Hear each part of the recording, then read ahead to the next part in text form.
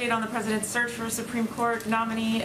He mentioned he's going to be having in-person meetings here at the White House. Is that something that might begin this week? Yes, I can give you an update. As you have heard the president say, he will do his duty to select a justice not only with the Senate's consent, but with its advice. As somebody who served on the Senate Judiciary Committee and was chair, both as chair and ranking member, he is steeped in this process and looks forward to advice from members of both parties on the Hill, as well as top legal experts and scholars across the country, working with the vice president and his team at the White House. And I think you will see those consultations start this week. So tomorrow, the president is going to host Chairman Durbin and ranking member Grassley at the White House to consult with them and hear their advice about this vacancy. Chairman Durbin has worked on 7 Supreme Court confirmation processes. The president has also worked for many years with Senator Grassley and respects his knowledge and views. So this will be part of that process, and I expect we'll have more details to confirm as the week proceeds. The president has said he's going to be, reaching across the aisle, obviously, as he makes this decision. We heard over the weekend Senator Lindsey Graham supporting his fellow South Carolinian, Judge J. Michelle Childs. Is bipartisan support a must-have for this president, or something that he would simply like to have?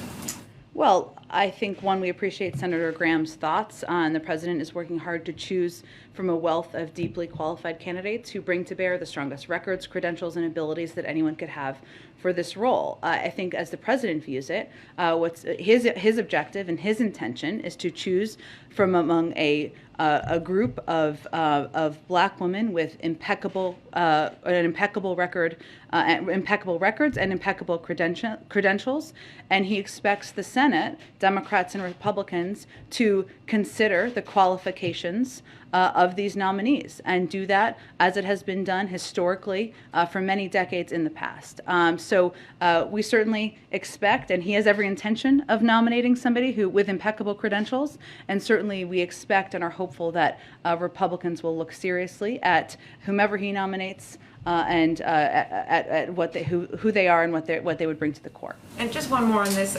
Our latest poll shows that just over 3/4 of Americans, 76%, want the president to consider all possible nominees, not only black women, as he pledged on the campaign trail. What do you make of this, and why do you think that a majority of Americans want the president to take a different approach here? Well, again, what we can assure the American public of, wherever they fell on that poll, is that he will choose and nominate someone who has impeccable credentials and is eminently qualified to serve as a Supreme Court justice, and someone who is eminently qualified to serve in a lifetime appointment. He did make a promise to the country. That's certainly how he sees it, and he's going to work hard on this choice, seeking advice and counsel from, as I noted earlier, a range of leaders, of experts, and that's something that he is already pursuing this week. I would note that there's a long history here. President Reagan promised the country he would nominate the country's first woman to serve on the court, and he did so. Former President Trump also promised to choose a woman just over a year ago, and there was no such complaint from the voices on the right who are speaking out now. But the president's commitment is to deliver on the promise he made to the country, but there's no question in his mind that there is a wealth of qualified, talented black women to choose from in this to nominate. Go ahead. Can you talk a little more about the size of the pool of candidates that the president will be considering? We've heard a lot about a few names that are currently federal judges the president had appointed, but then we've seen some expanding lists. Could you quantify that to any degree? And are all of these women being actively considered for the vacancy, or might it also include future federal positions that the president would also have the power to appoint?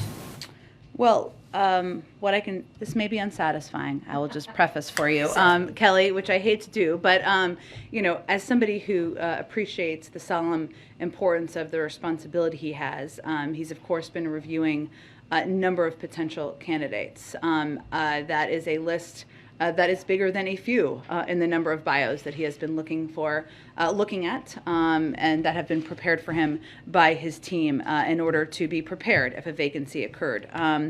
We don't think, and it is important to him to preserve the details of the process And his intention is to, as you know, put forward a nominee next month. So this is not a many months long process. He is very focused on it and committed to it, but we're not going to get into details of names if we can avoid it, or details of numbers at this point in time.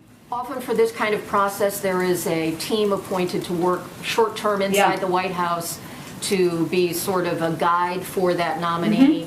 The term of art in Washington is Sherpa. Have you made any progress on that?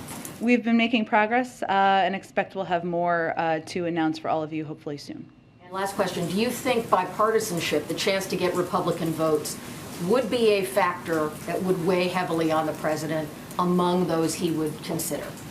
I think the president is going to select a woman, a black woman, who is qualified, who is prepared, who has impeccable experience to serve on the court.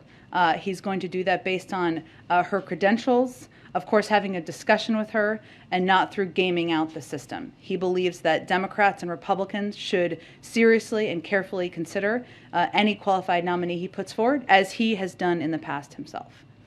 Go ahead. Sure. Oh, sorry.